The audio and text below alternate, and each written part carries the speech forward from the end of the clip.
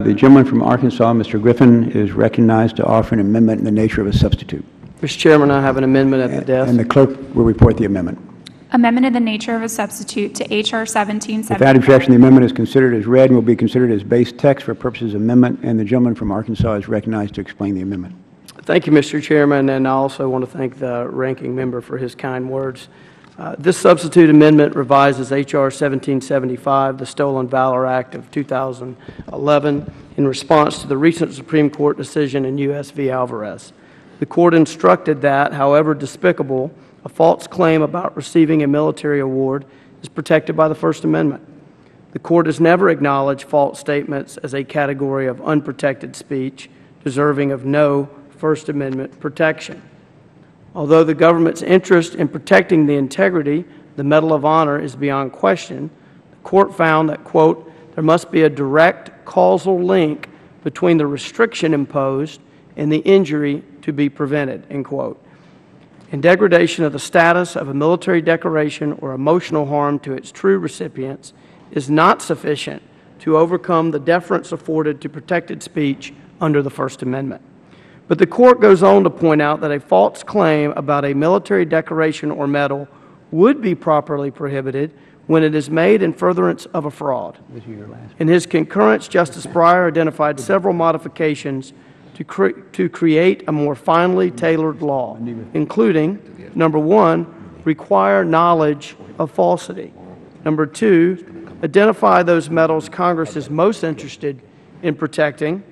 And three, limit the statute to those lies most likely to cause harm. The substitute amendment incorporates all of these recommendations.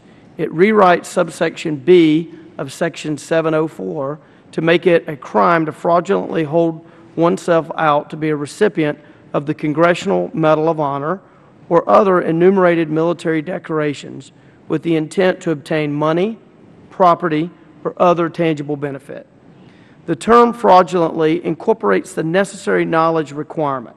Black's Law Dictionary defines fraud as a knowing misrepresentation of the truth or concealment of a material fact to induce another to act to his or her injury. The amendment also adds an additional element of specific intent, namely that the fraud was committed for the purpose of obtaining money, property, or other tangible benefit. The term tangible benefit is intended to cover those valuable considerations beyond money or property, such as offers of employment, which Justice Kennedy identified as appropriately prohibited benefits to a fraud. The amendment limits the application of the one-year penalty to false claims involving the Medal of Honor in those military decorations and medals listed in the statute, such as the Navy Cross, Silver Star, and Purple Heart. As Justice Breyer noted in his concurrence, not all military awards are alike. Congress might determine that some warrant greater protection than others. During oral argument, Justice Kennedy and Justice Ginsburg challenged the statute's prohibition on the unauthorized wearing of a military medal. If one wears a military medal, even if he or she is not the recipient of such medal, is it any less expressive speech and any less protected than a false claim? Although the Court does not affirmatively address this issue in its ruling, it's clear from the argument that this type of expressive conduct is very likely to enjoy First Amendment protection. The amendment therefore strikes wears from subsection A of Section 704. It does so with the confidence that the act of fraudulently wearing a military medal to obtain money, property, or other tangible benefit will continue to be prohibited under the revised subsection B.